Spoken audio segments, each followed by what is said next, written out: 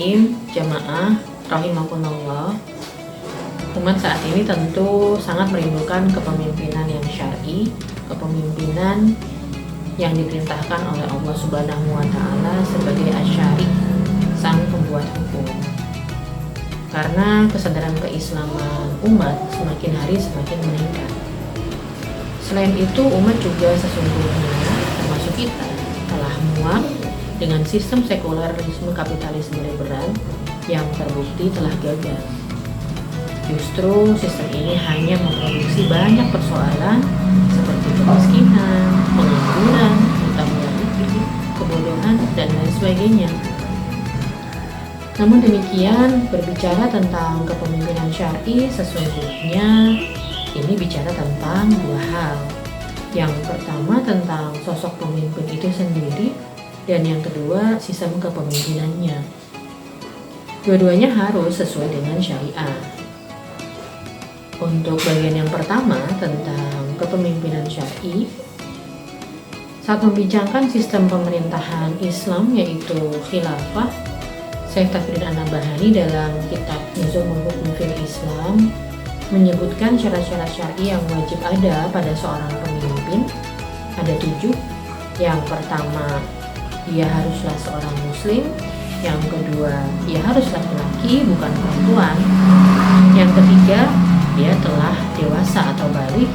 Yang keempat, dia adalah orang yang berakal, tidak boleh dalam kondisi yang gila atau tidak sadar. Yang kelima, adil, tidak fasik, tidak zalim. Yang keenam, merdeka, bukan hamba sahaya.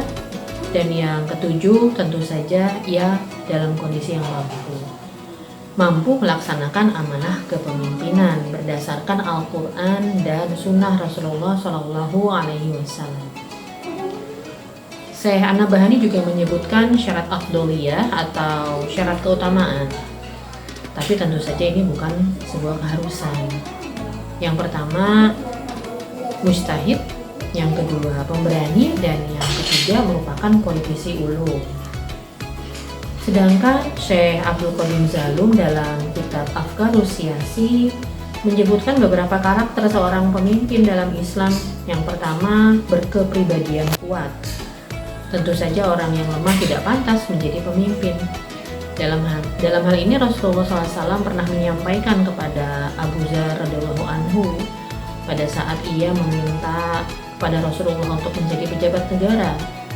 Namun Rasul menyampaikan kepada beliau, "Wahai Abu Dzar, kamu ini lemah. Sementara jabatan ini adalah amanah. Pada hari pembalasan, amanah itu akan menjadi kehinaan dan penyesalan, kecuali bagi orang yang mengambil amanah tersebut sesuai dengan haknya dan menunaikan kewajiban dalam kepemimpinannya." Ini tertuang dalam hadis riwayat Muslim. Jamaah rahimakumullah. Untuk yang kedua, Syekh Abdul Qadir Zalum menyampaikan karakter pemimpin itu haruslah bertakwa. Sulaiman bin Buraidah dari ayahnya, ia menuturkan Rasulullah SAW jika mengangkat seorang pemimpin pasukan atau pemimpin suatu ekspedisi khusus, itu senantiasa mewasiatkan ketakwaan kepada diri mereka. Ini juga tertuang dalam hadis riwayat Muslim. Mengapa? Karena seorang pemimpin yang bertakwa akan selalu menyadari bahwa Allah Subhanahu wa taala senantiasa memonitor dirinya dan dia akan selalu takut kepada Allah dalam segala hal di setiap tempat. Dengan demikian, ia akan menjauhkan dirinya dari sikap sewenang-wenang atau zolim, tidak adil kepada rakyat maupun abai terhadap urusan mereka. Khalifah Umar radhiyallahu anhu merupakan salah seorang kepala negara, salah seorang khalifah yang disebut Amirul Mukminin, yang pada saat beliau memimpin wilayah kepemimpinan saat itu meliputi Jazirah Arab, Persia, Irak, Syam, meliputi Suriah saat ini, Yordania, Lebanon, Israel, dan Palestina, serta Mesir. Beliau pernah berkata, andaikan ada seekor hewan di Irak terperosok di jalan, aku takut Allah akan meminta pertanggungjawabanku. Mengapa tidak mempersiapkan jalan tersebut menjadi rata dan bagus? Kemudian karakter yang ketiga, menurut Abdul Qadim Zalum, pemimpin memiliki sifat welas asih. Ini diwujudkan secara real dengan sikap lembut dan bijak yang tidak menyulitkan rakyatnya. Tentang hal ini, Rasulullah SAW pernah bersabda, Allahumma man waliya min amri ummati syai'an fasyaqqa alaihim fashqu alaihi wa man waliya min amri ummati syai'an farafaqqa bihim farfuq bih. Ya Allah, siapa saja yang diberi tanggung jawab memimpin urusan umatku dan menimbulkan kesulitan bagi mereka, maka sulitkanlah ia. Siapa saja yang memerintah umatku dengan sikap lembut, bersahabat kepada mereka, maka lembutlah kepadanya. Hadis riwayat Muslim.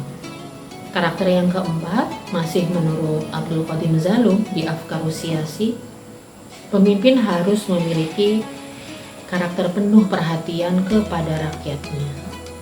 Makil bin Yasar menuturkan bahwa Rasulullah pernah bersabda, siapa saja yang memimpin pemerintahan kaum muslim, lalu dia tidak serius mengurus mereka dan tidak memberikan nasihat yang tulus kepada mereka, maka ia tidak akan mencium wanginya surga. Hadis riwayat Muslim. Karakter yang kelima, istiqomah memerintah dengan syariat. Diriwayatkan bahwa Mu'adz bin Jabal saat diutus menjadi wali atau kalau saat ini gubernur, saat itu Mu'adz bin Jabal menjadi wali di Yaman. Ditanya oleh Rasulullah SAW, wahai Mu'adz, dengan apa engkau memutuskan perkara? Kemudian Mu'adz menjawab, dengan kitabullah. Rasulullah kemudian bertanya lagi, jika tidak engkau dapati di dalam Al-Quran, dengan apa lagi? Dijawab oleh Mu'adz, dengan sunnah Rasulullah. Rasul kemudian bertanya lagi kepada Mu'adz, dengan apa lagi jika engkau tidak mendapatinya di dalam Al-Quran ataupun sunnah? Mu'adz menjawab, aku akan beristihad. Masih ditanya oleh Rasulullah. Kemudian Rasulullah menyampaikan segala pujian milik Allah yang telah memberikan petunjuk kepada utusan Rasulullah ke jalan yang disukai oleh Allah dan Rasul. Hadis riwayat Ahmad, Abu Daud, dan Al-Baihaqi. Jamaah rahimakumullah. Itulah tadi sekelumit perkara-perkara syar'i yang berkaitan dengan pemimpin. Lalu bagaimana tentang urusan yang kedua, yaitu sistem kepemimpinannya? Sistem kepemimpinan yang sesuai dengan Al-Quran dan As-Sunnah, tentu saja ini telah dicontohkan oleh Rasulullah SAW. Di dalam Sirah Nabawiyah, berdasarkan riwayat-riwayat yang terpercaya, telah disampaikan kepada kita dengan informasi yang sangat akurat mengenai bentuk dan struktur sistem kepemimpinan yang telah dibangun oleh Rasulullah. Apa yang dilakukan oleh Rasul di Madinah menunjukkan bahwa beliau adalah seorang kepala negara yang memimpin sebuah negara. Dengan aktivitas kenegaraan yang telah terbukti meletakkan landasan teoritis bagi bentuk dan sistem pemerintahan yang maju, yang ini tentu saja menjadi teladan untuk umat Islam ketika ingin membentuk sistem pemerintahannya. Sistem pemerintahan Islam, baik yang menyangkut aspek kelembagaan maupun hukum, banyak diadopsi dan menjadi dasar bagi sistem pemerintahan modern, tapi tentu saja tidak secara komprehensif. Jamaah rahimakumullah, memang pada masa Rasul SAW, sistem dan struktur kenegaraan belum dilembagakan dalam sebuah buku khusus. Tapi praktek kenegaraan yang dilakukan oleh beliau dan para sahabat adalah wujud nyata dari sistem pemerintahan Islam yang tentu saja unik, istimewa, berbeda dengan sistem pemerintahan manapun, apalagi sistem pemerintahan yang ada saat ini.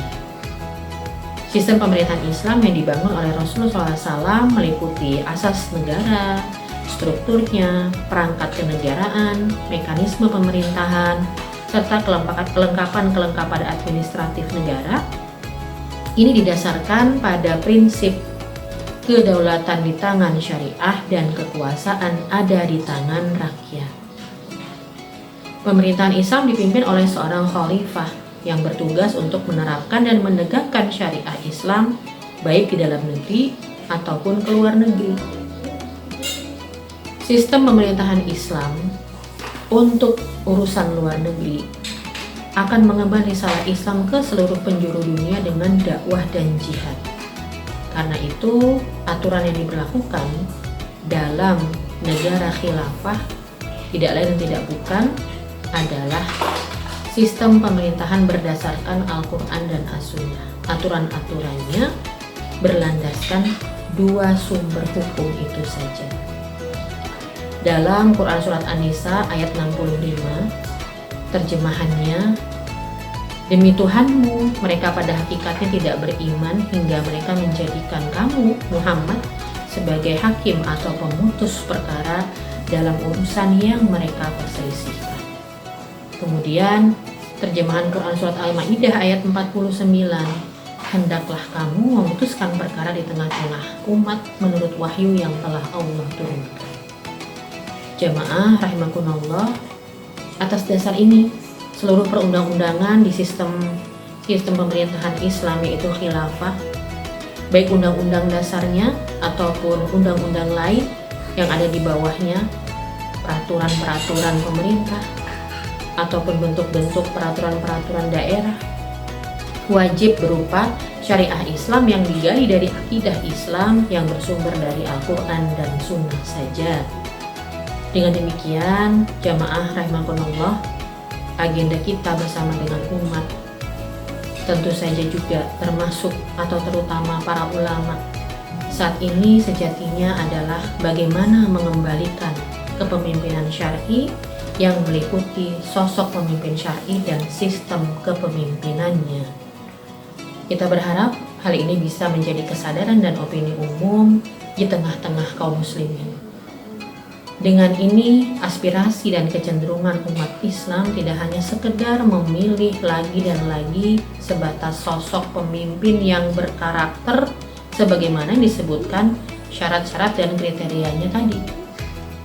Tapi lebih dari itu, mereka juga mau memperjuangkan tegaknya kembali sistem kepemimpinan Islam sebagaimana yang telah dicontohkan oleh Rasulullah dan dilanjutkan oleh para sahabat saat membangun daulah Islam di Madinah dan saat membangun kekhilafahan selama kurang lebih 13 abad.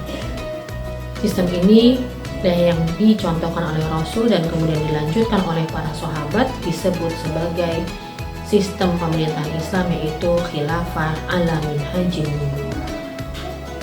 Wallahu a'lam bishawab.